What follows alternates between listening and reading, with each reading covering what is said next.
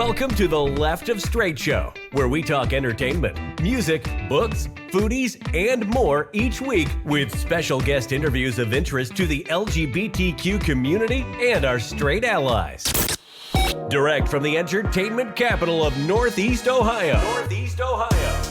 Your host, Scott Fullerton, chats with some of your favorite entertainers, celebrities, newsmakers, and behind-the-scenes people across the country and around the world who make it all happen. So sit back, grab your favorite beverage, and let's start talking.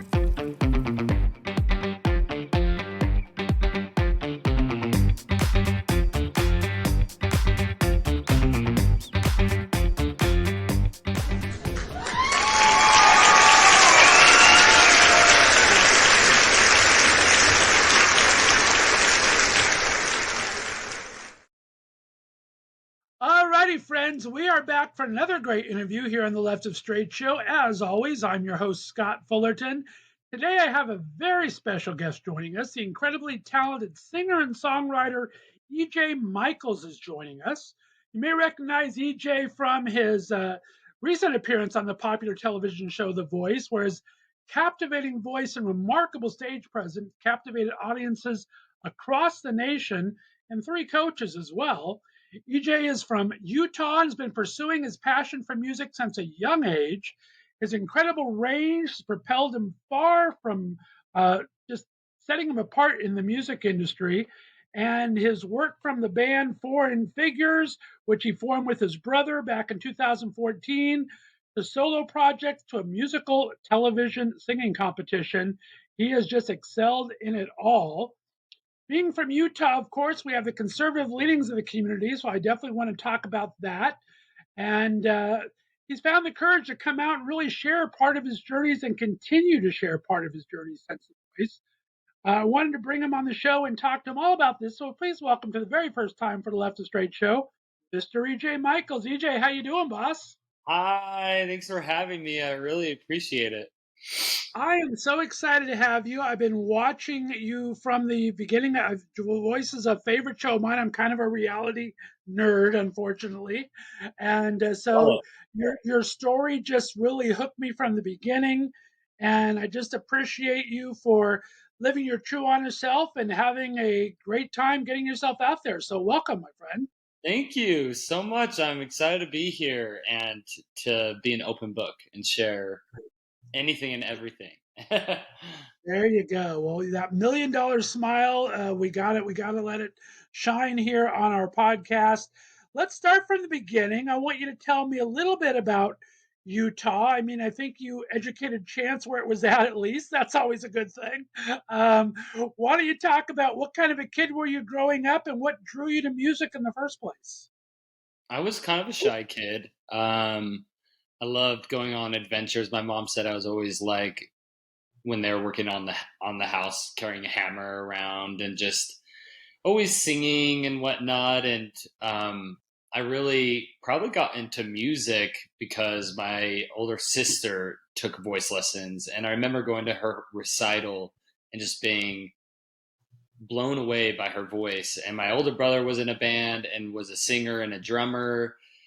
I also played piano from an early age, even though my parents didn't do a lot of music growing up in their lives. Like, they just always had it playing and we were singing and dancing. And so I just feel like it was kind of part of my family's culture. Just music was a huge part of our lives. And I really got into singing in high school.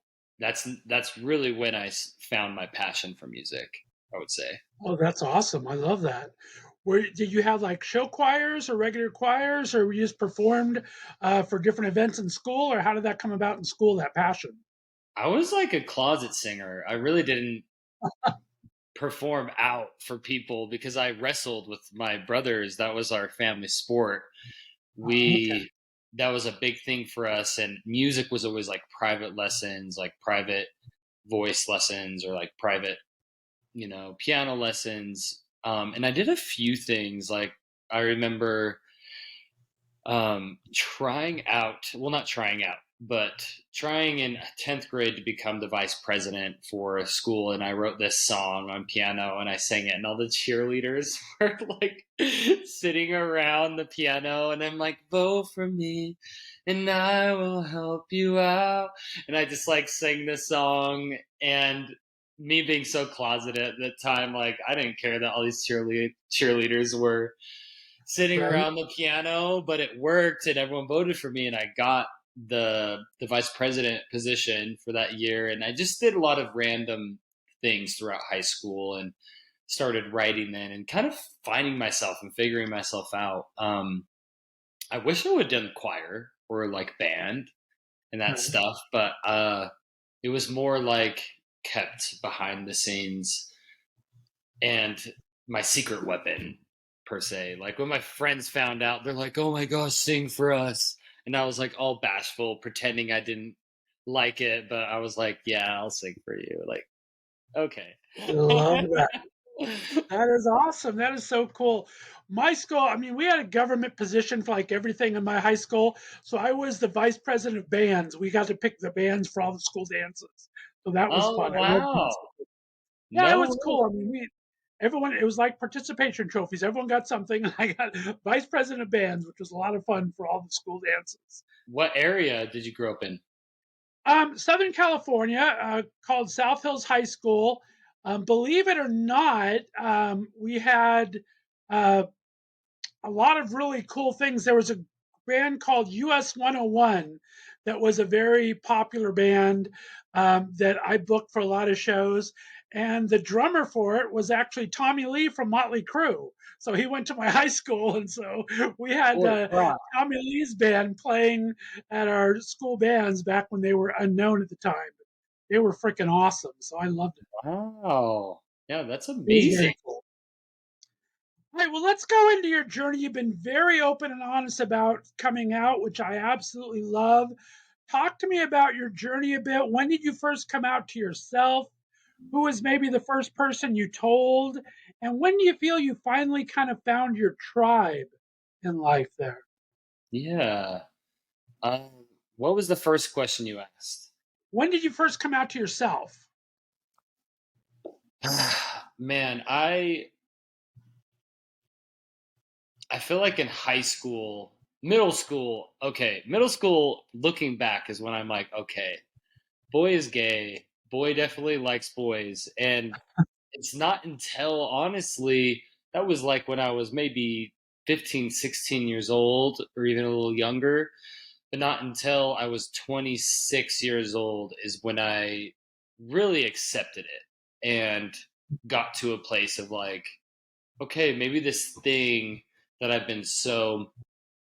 been viewing just with this negative lens my whole life, I can view it as a beautiful aspect of who I am, and it's something that makes me unique and something that I don't have to be ashamed of anymore. Or, you know, yeah, probably when I was 26, which is kind of a little bit later in life. I feel like it should be a thing where it's just so normalized now that it's like people don't have to come out and they can just, when they're in middle school, they start talking about boys and girls or crushes, they can have their crushes and whatnot.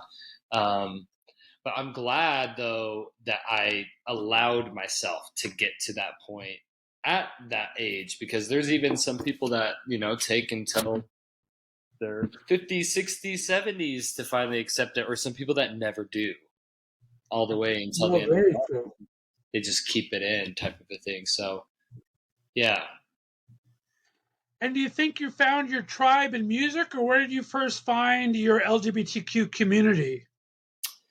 Through a friend of mine, his name is Jacob Dunford. When I first came out, I didn't know any LGBTQ people at all. I was so closed off from the community altogether, just because I grew up very religious, and I viewed the gay community like as sinful and bad and whatnot. And I just remember in the past, like blocking things or like distancing myself intentionally away from it, unfortunately.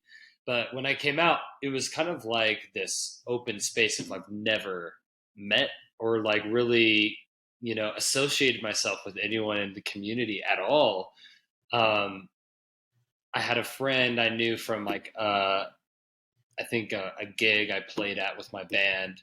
I knew he was gay, and he was part of this organization in Utah called Encircle that is a LGBTQ resource center. And I reached out to him when I first came out, and I was like, "Yo, I'm so scared. I don't know what I'm doing."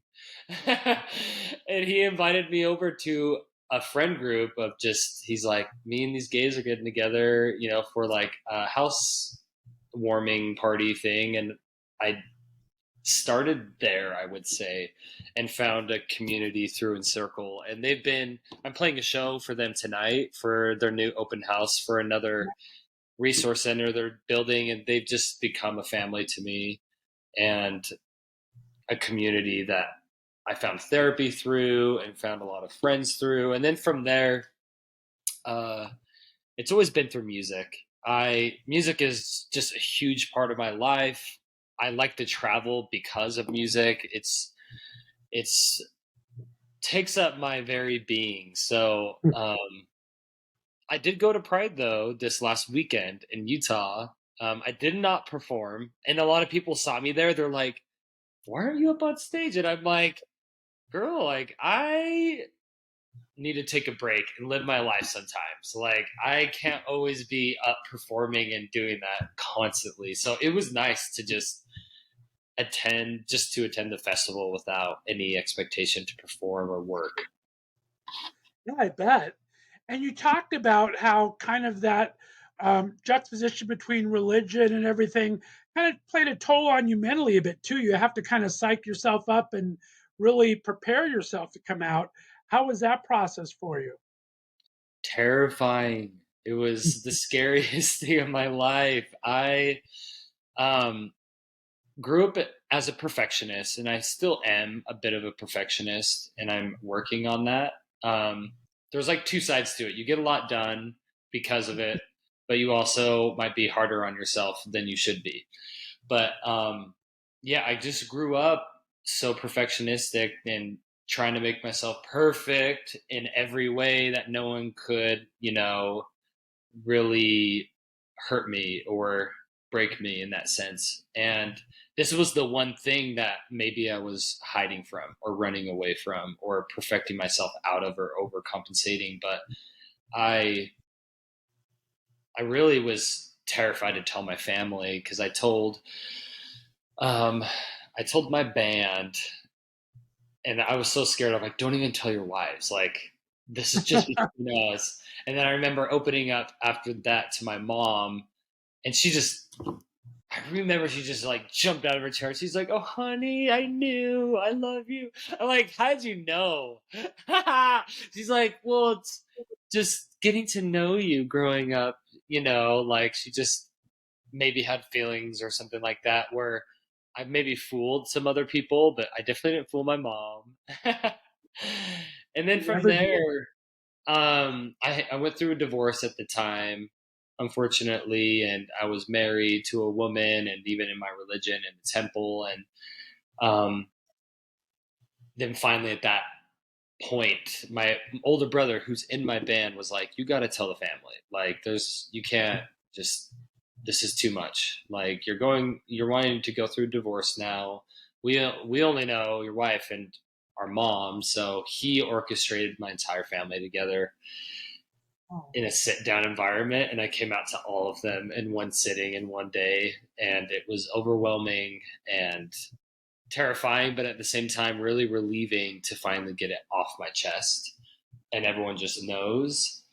um, and I just remember that day, since that day, just life kind of feeling like a roller coaster since a little bit, and it finally settles down after a while. right. Well, that's an amazing story. And it's like, I'd love to see how music kind of you interpret it through that relationships because I saw your performances with Gentry, who I absolutely love, but they're all married and part of the straight music scene. I saw a picture with David Archuleta, who had his struggles coming out. Has music been that kind of cohesive thing that's really brought the straight and the gay world together for you to really kind of Have you had any big blowback, or has it just been such a real positive experience for you? So to answer your first question, I really feel like music to me is all about therapy and expressing my soul and expressing myself rather than just trying to write a song that becomes viral and a pop sensation that can blow up. It's art for me. And it's a place that I go to when I'm feeling a heavy emotion. And I remember all my other older songs kind of leading me to coming out. I talked a lot about like having these problems and secrets and just this like unresolved feeling inside. And really that kind of led me to where I'm at now. And that's what music always has done, is it's about authenticity to me and honesty and being real with myself and with other people. I can't bullshit other people. It's just too hard for me. And I think that just, going from like playing these songs in my bedroom alone to no one, to like going on The Voice and then getting to, do these collaborations with Gentry and then playing at the jazz game, the arena, David Archuleta, I met him there, and playing these really big shows. And like, it's just been incredible to be able to express myself and be able to shine on that big of a stage. I bet. Fantastic. Well, you talk about your older music. I want to go into it because I've gone through all of your music videos that I can find and even listen to some of your other band, which we'll talk about in a bit. But let's start off, talking about some awareness. The title of the track from 3 years ago, If It's a Sin to Love You. Let's go ahead and play that for my listeners and talk about the other side if we can. Yeah, let's do it.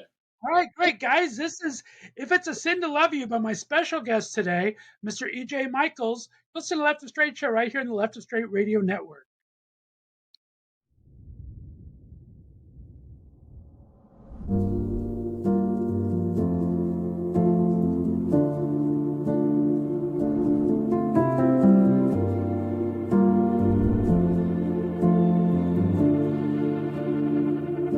I feel defeated. Seems like you're always on the run. Gave away my secrets, holding all your shame. We feel so numb. Then when two hearts apart come together, they start to breathe and existing.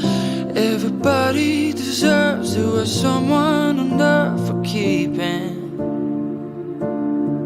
If it's a sin to love you, then that's what it'll be.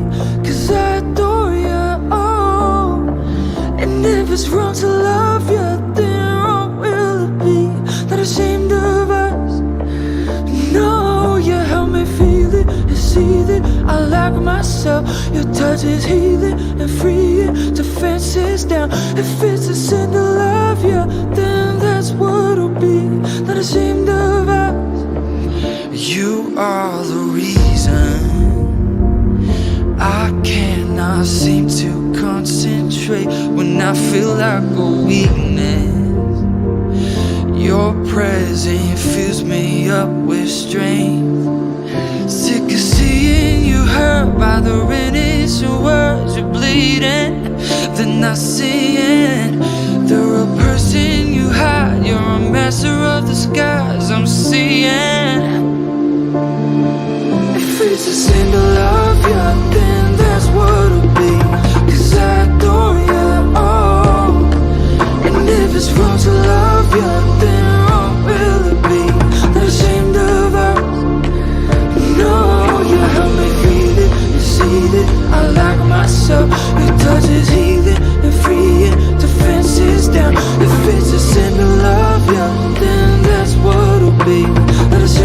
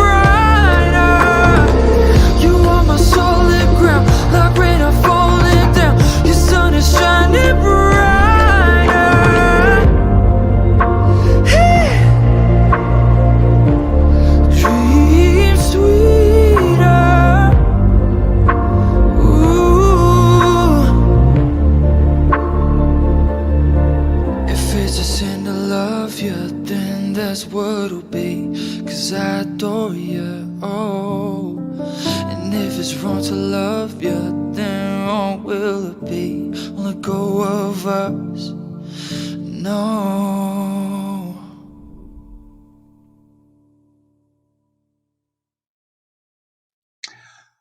Alrighty, guys, we are back with my very special guest today, Mr. E.J. Michels. That was a song from 3 years ago that I fell in love with. It's called If It's a Sin to Love You. It has your amazing piano playing, which you also showcase on The Voice. And we got to talk about Jackson Willard, the dancer in there. I mean, talk about that experience, writing that song, performing that song. It was amazing, my friend. Thank you. That was actually my very first solo song I've ever released outside of my band, Foreign Figures. Back in 2020, I think is when it came out. I met Jackson Willard through TEDx. So I actually did a TED Talk with my band, and he was dancing at the same TEDx Salt Lake City to my song "Hey Love." Actually, he did this beautiful rendition of the song, and he and I just kind of became friends afterwards. I'm like, I would love for you to dance in my music video. And he is now like blown up. He's dancing for Madonna, for all these like huge superstars out on tour and just killing it. And I always kind of knew he would do something like that. He's just so amazing. This song is so special to me because it was kind of the first staple piece that I released after I came out as a queer individual, and was about my first ever romantic love with a man, and the first guy I had ever fallen in love with. And at the time, that relationship kind of felt really rocky because, you know, it's always like the first loves that kind of feel like that a little bit, where it's just chaotic and you're head over heels and your teenager side just comes out. And I feel like we both were in a place still within our religion and with our authenticity and struggling with the shame of that. And I just got to a place where I was fed up. I was like, if it's a sin to love you, like, fine. Like, I'm going to love you regardless, and I'm not going to be ashamed of it. And that was kind of my, I guess, statement to the universe to say, this isn't a sin, this isn't bad, this is beautiful, and we are deserving of real romantic love, just like anyone else is.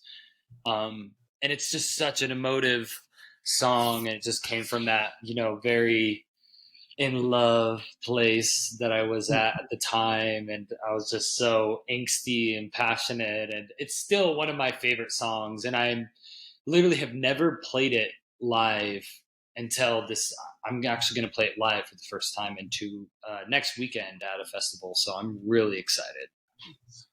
I love that. Well, I fell in love with it. Like I said, the dancing drew me in. I'm a huge fan of dance. In fact, a good friend of the show, Benji Schwimmer, is from Salt Lake City, and he went through a lot of the same struggles you had as a dancer. But I just love dance, so that's kind of amazing. In fact, Benji choreographed a song for David Hernandez from American Idol, who's an out and proud. There's all these connections, and speaking of connections, really funny. Like I said, I'm going through everything. Fell in love with Coming Clean, a great little concept piece that you put together. It's a fun kind of bouncy song. Yeah.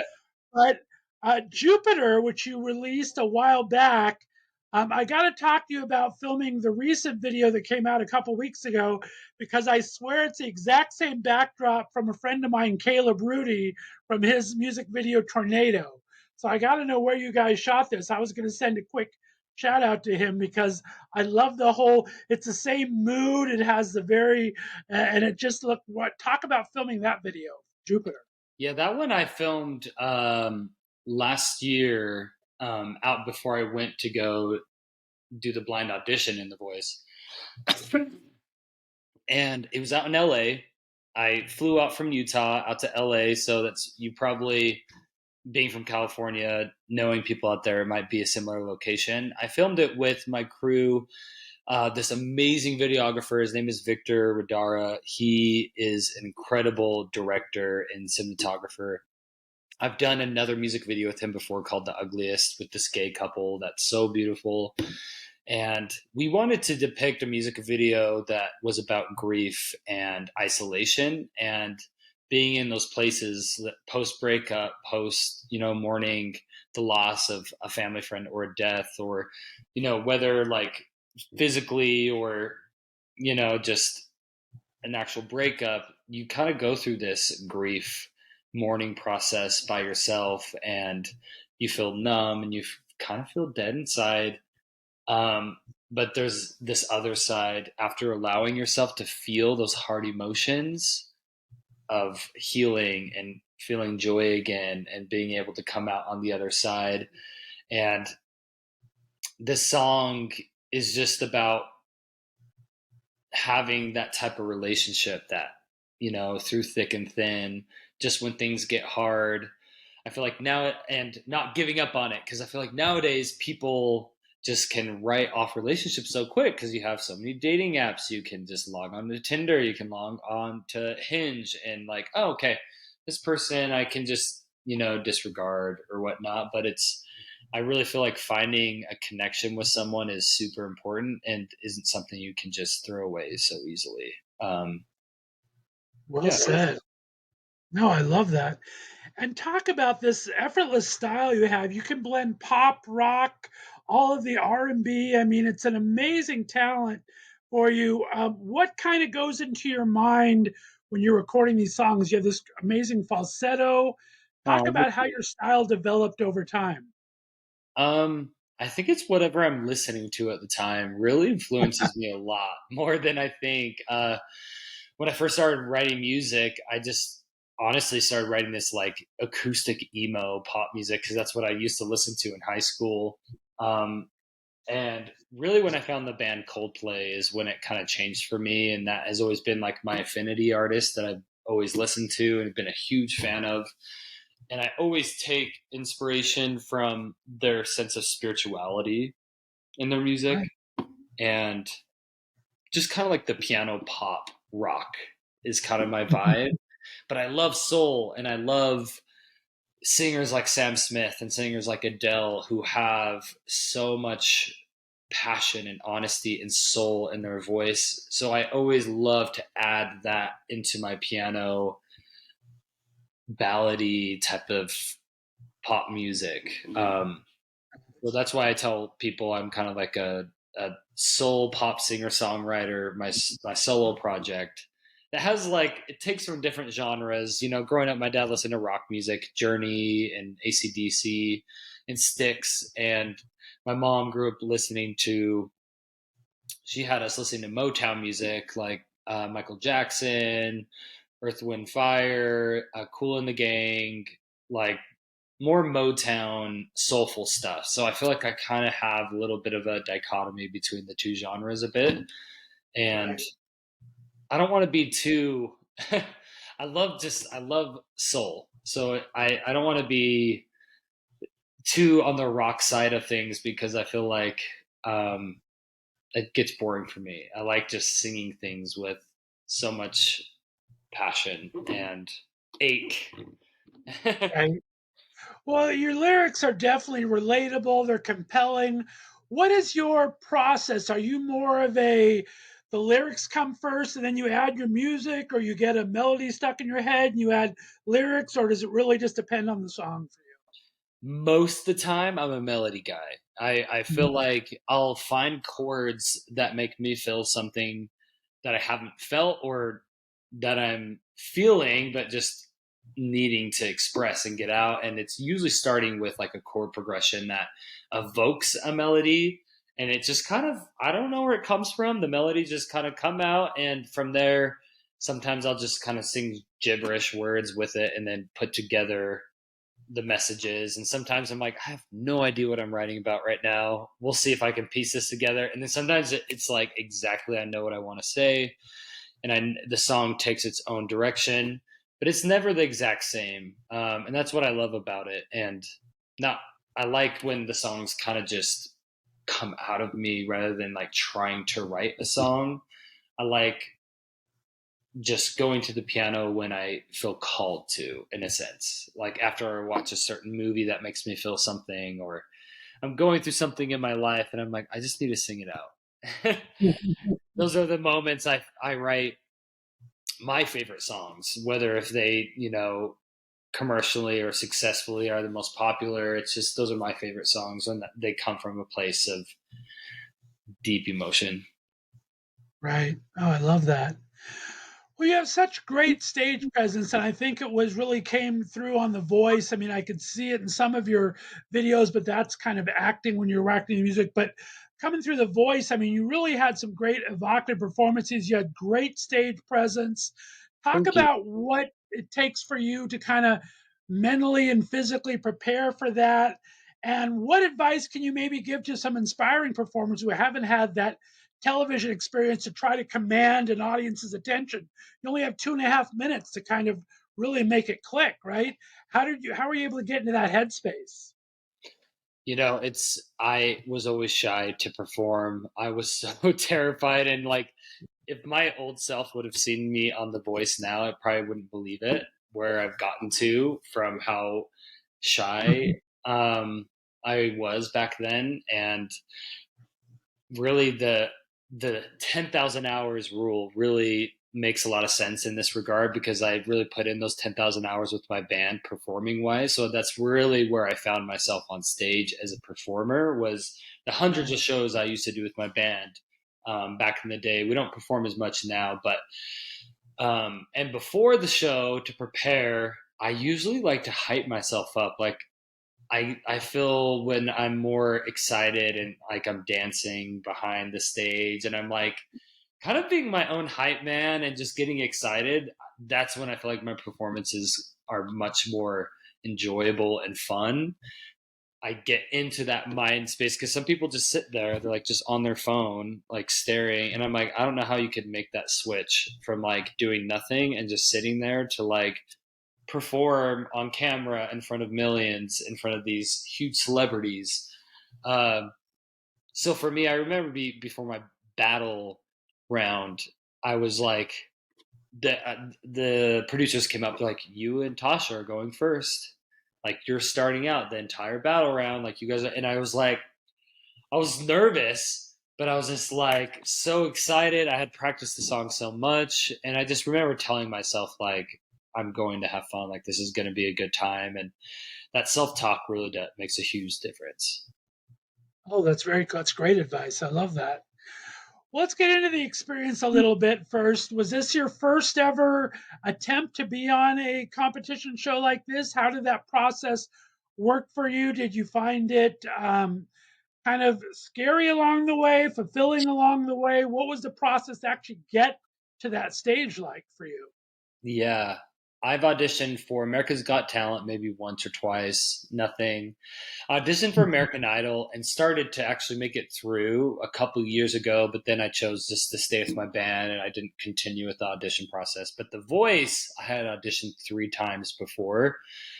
One time, like right before I started my band, and I didn't have a lot of experience, that I got to audition in person, and the producers were like, nah, we're good. I'm like, okay, bye. But then when COVID hit and all the gigs shut down, that's when I started auditioning online for The Voice in 2020. And then again in 2021, both was rejected, both those 2 times. And then again in 2022, last year. And then that's when I finally made it through. And I was like, holy shit, like, here we go. Um, I just kept surprising myself. But then I remember sometimes laying awake at night being like, oh my gosh, like, the idea of doing the blind audition just terrifies me. Just like, I would just lay awake with anxiety, like thinking about it at night, just thinking like, what am I getting myself into? Just because music to me is always more of, again, not a competition, it's self-expression, but I do have a competitive side to me. But I just remember laying awake just being like, what if no one turns? Like, what if, I make a complete fool of myself on national TV in front of all my current fans and family and friends and vocal students? And I wanted to really do my best, but I ebbed and flowed. I think that first process was the most terrifying, but I think after I made it onto a team and made it on the show, it became a lot more fun and less nerve-wracking. And it's got to be, I mean, for us, it's a drawn out 8 to 10 week process, right? Watching on TV. For you guys, you're intensive there while you're there. And then the lives, I think you're down to like 3 weeks of lives anymore for the ones that make it through. So it's really a very short process for you, right? Does that kind of make it feel different? Every season is a little different of how long they draw out things and how they shorten it and whatnot. I feel like our season was very short. Like Yes. it was a very quick and just fast, short season. There were only 2 weeks of live shows, and then like Right. there were 4 rounds before that. So I think there were 6 total rounds. I made it through 3, so I made it halfway through, and the whole like part before airing was a long time period, but like when everything aired, that went by so fast, and it just came and went, and I'm like, where did it go? And now I'm here, and my entire season's over. We found out the winner. Gina's my great friend. I'm so happy for her and love her. And I remember talking with her beforehand, and she's like, my aunt loves you, and I love you, and I really hope that you win this whole thing. And I remember telling her, I'm like, Gina, even though after her first rehearsal she like broke down crying, she was like so nervous and scared. I was like, I have a good feeling about you. And I remember she like cried when I said that. And I'm like, I'm being serious. You're just so cute and unique and different. And your voice is so beautiful. So yeah, it was just great meeting so many friends and having those experiences I'll remember for the rest of my life. Well, it does look like the camaraderie is probably like 80 to 90% camaraderie and 10 to 20% competition, right? Is that the way it feels while you're doing it? Oh, 100%. There is the 80% of like everyone's just my friend here and we're all getting along, and then you forget, you're like, oh my gosh, but I'm like competing against you all. Like you're all in a sense like my competitors in this one competition. Like you kind of forget that, but then once you get into the rehearsals, like for the battle rounds, you're like, oh wow, we're singing against each other. Like they're pairing us together and they're choosing one person. But I think I just went into it of a mindset of just be myself, make it a duet, and what will happen will happen. Like the competition is up for the coaches to decide. I'm just going to do my best and have fun, and that's exactly what I did. That's a great attitude to have. And like you said, you went through so far as far, I mean, Adele song was amazing. Battle Rounds was fantastic. And then all of a sudden, you're picked on Blake's team. Was that a surprise? I mean, even your boyfriend, Mike, you see him off stage and he's thinking you're going to go with Chance. Yeah. Was that a surprise to you as well, going on Blake's It team? was. It really was. Yeah. I had Niall as my first pick, then Kelly, then Chance, then Blake. Blake was my very last pick. But after what he said just on stage in that moment really drew me in about how he caught on my authenticity, and I was like, yes, that's the type of coach I want to work with. I thought it was great. I mean, like you said, his statement was something about you're not looking for perfection. You're looking for those breaks. You're looking for someone that draws you in, which is definitely a fantastic thing for a coach to be looking for. So I did love that. And then you get into the battle rounds.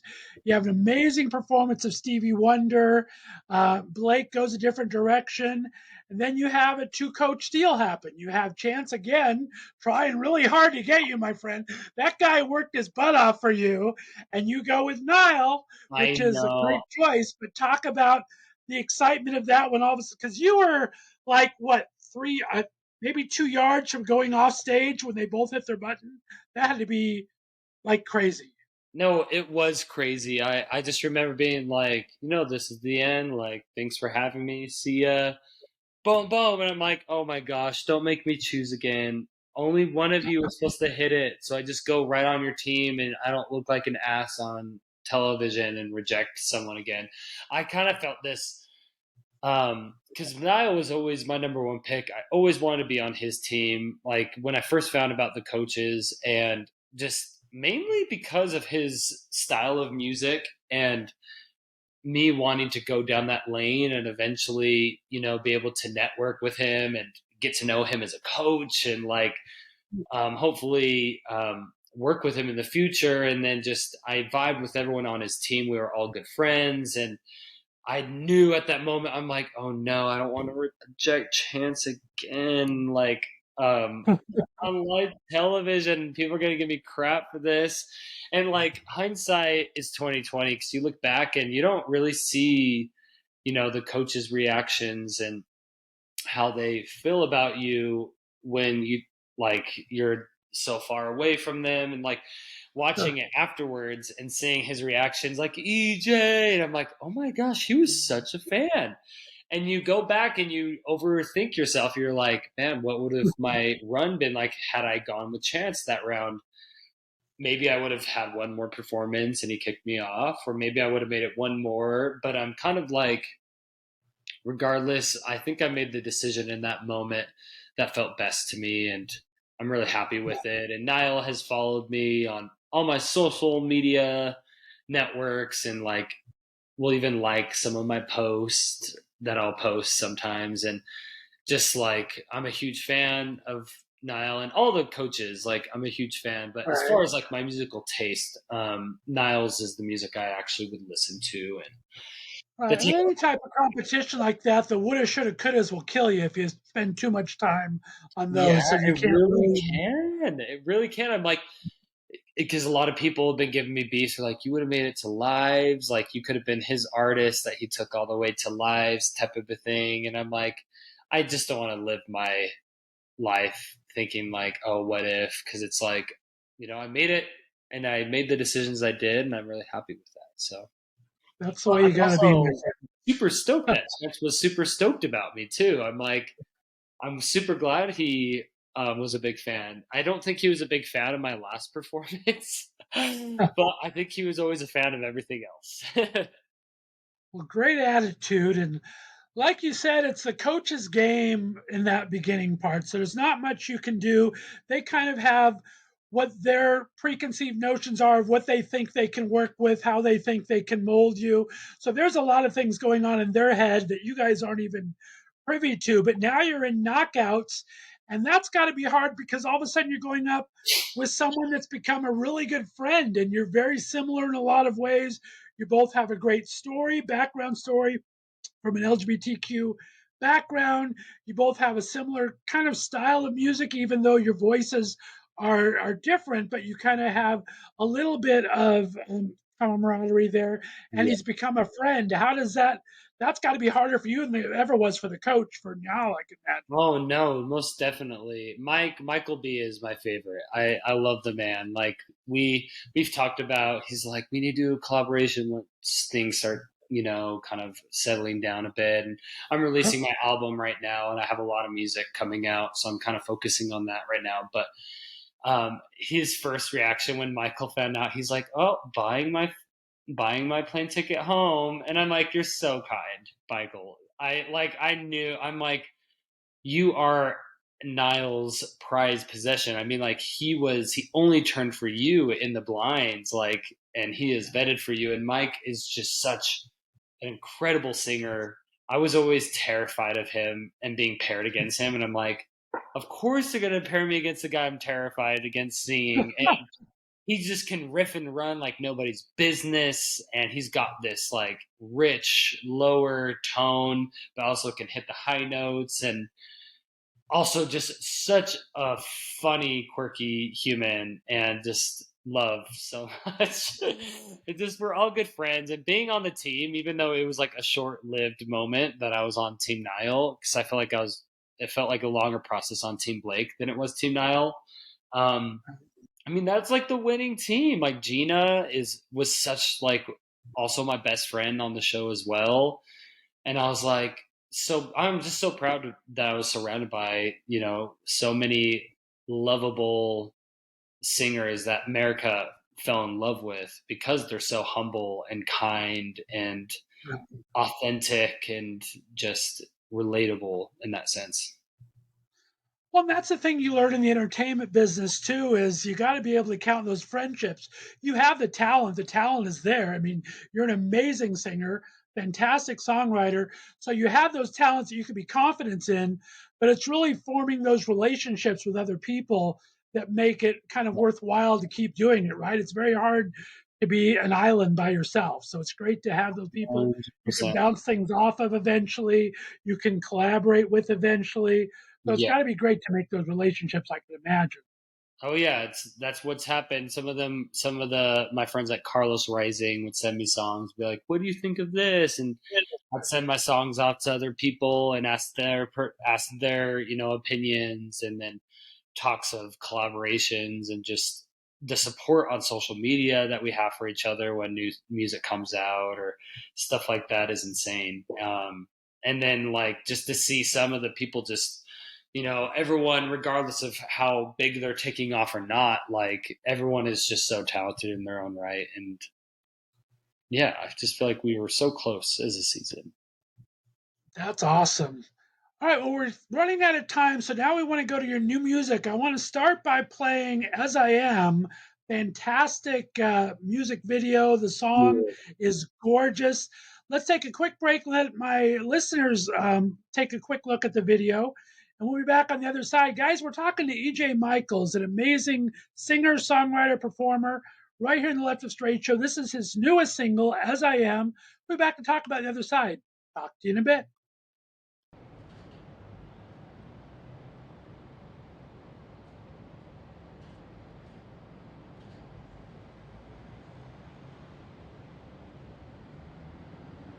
Suburban child, I made it to my 20s. Had it pretty good, but I never knew how to love me. Father gave me blessings from heaven above. Even all that wishing well wasn't enough. That black sheep, I made it to my 30s. Finally came to terms with all my demons, almost killed me. All my life I thought I was doing it wrong. My true self was buried in me all along. Do you love me as I am? Would it be so different if I was someone else? Will you take me, family, as I am, as I am? Let's have a conversation, maybe you'll understand. Will you take me, family, as I am? Do you love me as I am? Woo.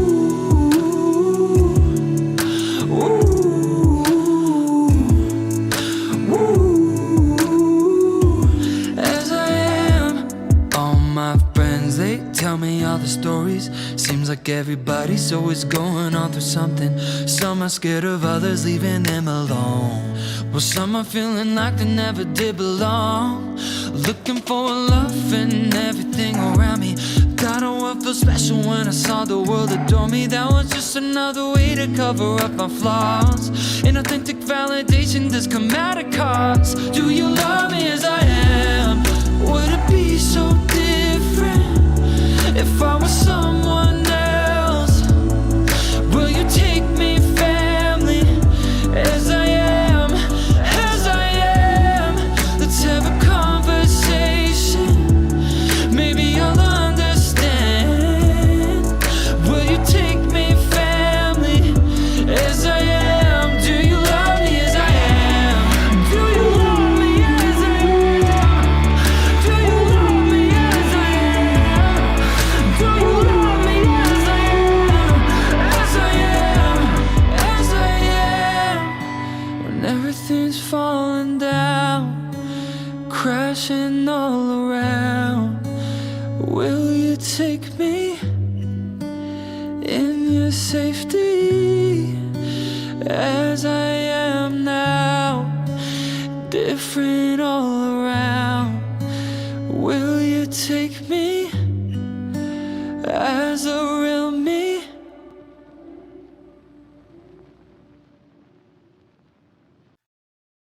Alrighty, guys, we are back. That is As I Am, the newest single from our new good friend here, Mr. EJ Michels. Fantastic work. I mean, it's got to be exciting putting this album together. Talk about how this song came about. Um, After I had a conversation with one of my really good friends about he's recently left religion, and his mom just doesn't really accept the fact that he, you know, just with certain cultural things within the church he's no longer doing, like just simple things like he's drinking now, and his mom is just not really, treating him the same like she used to, since he's made some different lifestyle changes. And I think it's just heartbreaking when, seeing him just like carry this heavy burden every day, just feeling like he's a letdown to his parent, and how some parents don't realize they're doing that when they may or may not be doing that on purpose. But I wrote the song from my own personal story and feeling of coming out and finding myself and learning to love myself within my conservative community. But that conversation kind of ignited the fire inside me to write this song and just be like, like, would you actually finally accept all of me if I was the person you wanted me to be, or if I was that different person? Or do you just love me and take me as like I actually am now, type of a thing? And not just like a we love you but don't accept your lifestyle, because I feel like those two don't coincide. Like, to unconditionally love another human, I think that also comes with acceptance of another person and bringing them into your family and not hiding your children away, or being like, we can't teach the children to be around this type of relationship. It's so bad. Hide the children. Where I think that's just the song. It took a lot of vulnerability to release, because a lot of people could be like, oh, it's so taboo to just talk about this. I got a lot of negativity from sharing my story online, and you still get a lot of negativity when I talk about, my queerness and stuff like that. And it's really hard, honestly, to put myself out there consistently, because I realize that a lot of my fan base from Utah are a lot of conservative people. And they're all like, don't make it all about your personality, type of a thing. And I'm like, it's a part of who I am, and I'm talking about it. It's not all of me, but I am going to talk about this side of me, just like anyone else does. Like, my next single I'm putting out this month is a song I wrote for my boyfriend, and you better know it, I'm going to be talking about that song I wrote for him and how it's about my boyfriend. And, people can connect to that in any way they want. They can connect to that with, a boy, girl, a boy-girl relationship. But it's just my experience, so I'm going to unapologetically share it. I love that. And I think it's such a great bookend. I mean, we talked about earlier, it's a sin to love you. And all of a sudden, we've now juxtaposed it with as I am. So you've really completed that journey on your own, just through the song titles and through your confidence in coming out and your story coming out. I just think that it's a remarkable growth and an amazing testament to how you've learned to accept yourself and everything. And as a gay person, we are coming out a lot of times. It's not coming out one time, right? Coming to our parents, we're meeting new people, we're getting a certain level of fame from a television show, from just new music, from new Like, festivals. So you're doing it quite a few times, right? yeah, it feels like you think after you come out the first time. I remember making a post in 2018, like, I'm out, like, I'm done. But I'm like, having to talk about the experience on The Voice, I was like, oh, man, this is vulnerable. Like, having to bring this up and talk about this, like, just again and again, because in a sense, you are just continually coming out to different people. So definitely takes a lot of courage and vulnerability. Woo. Well, talk about, I mean, now, like I said, you have this new music coming out. It's got to be a little bit of a different experience before when you were doing it with your band and for yourself originally. Now you have this platform. So does it kind of give you a little mind warp on how you have to market, how you have to do things? Are you able to still do it for the joy, or has it become more of a business decision here? I think it's a little bit of both, if I'm being honest, because I am so passionate about music and I want to be an artist and make a living through that. But I realize I'm like, it is a business, and being 31 years old now, I get that and realize that, and I don't think the artist side of me still wants to accept that. It wants to be like, write my songs, put it out, everyone will find it, let's go on tour and sell out stadiums. I'm like, it it just doesn't happen like that. It really takes a lot of consistency, and honestly, this is now where the real hard work really begins, is after the show. Being on the show, the nerves, like the pressure is all really hard to combat. But that's like easy to compare to after the show's done. You get all this free, marketing and attention. And now building that on your own after the show is over, that's when the real work begins. And that's really where it separates these just cover singers from artists, of someone who, goes on the show and you never hear about them ever again, type of a thing. Or someone that's on the show, but they build a career out of it, because they eat, sleep, breathe, and live it every single day. And they're either writing songs, they're marketing themselves, they're making music videos, doing photo shoots, they're networking, they're, doing co-writing sessions, they're collaborating, they're putting out videos, they're playing gigs, they're hustling, they're making a living and trying to live their life outside of it. So I was talking with my boyfriend this morning, actually, just talking about how overwhelming social media is and can get, and how to create balance in it. And he looked at me and he's like, yeah, he's like, the voice is easy to compare to where you're now going, and headed towards. And I definitely agree with that, because you're now kind of, in a sense, your own boss, building your own brand outside of the big name of the voice.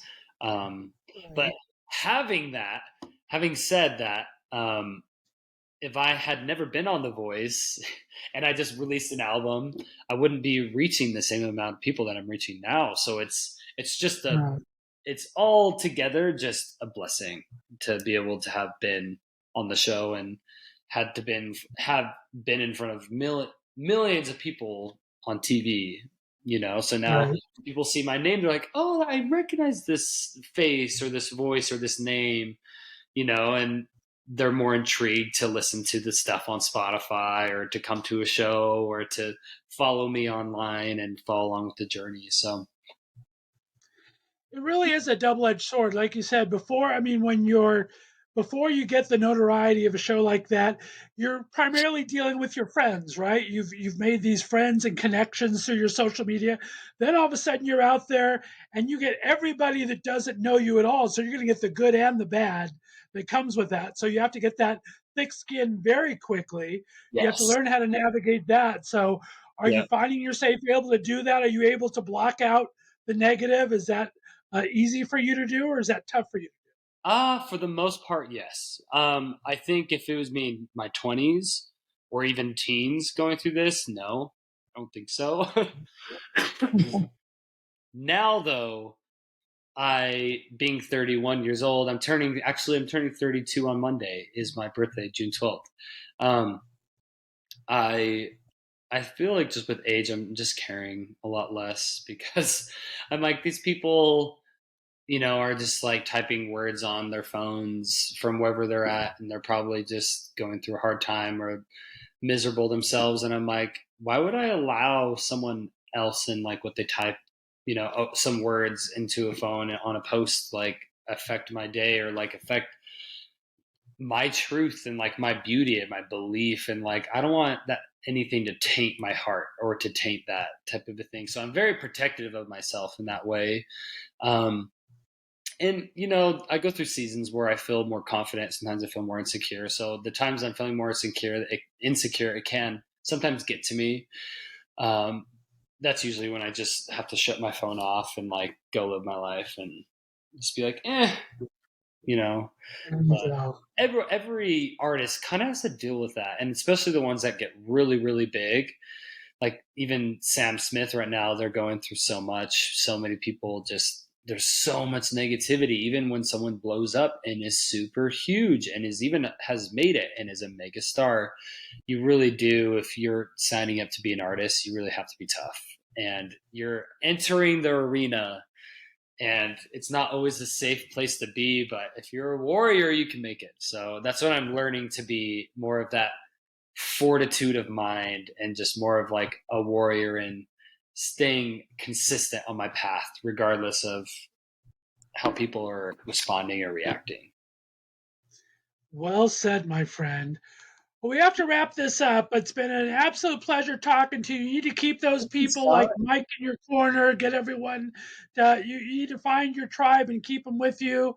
Keep your boyfriend with you and let them kind of be your rock to lean on, because I think you have nowhere to go but up. The songwriting's amazing. The voice is fantastic. Thank you for sharing your journey in the Left of Str8 Show. I really appreciate it. Of course. Thanks for having me. Much love. Let everyone know where they can find the new album and where they can find either a website and or your social media. Yeah, so follow me on ejmichels.com. That's a landing page for all my social media, as well as my merch, all my shows, and any music videos coming out. And you can follow me from there on my newsletter.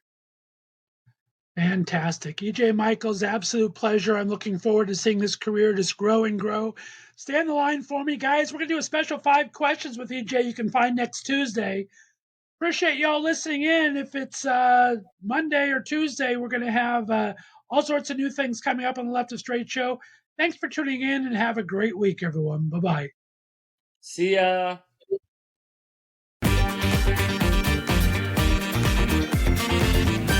Thanks for listening to The Left of Str8 Show. Be sure to subscribe on your favorite podcast distributor, and please give us a 5-star rating so more listeners can find us. You can follow us on social media, and be sure to check out our website, www.leftofstraightradio.com, for contests and other news and information. See you next week.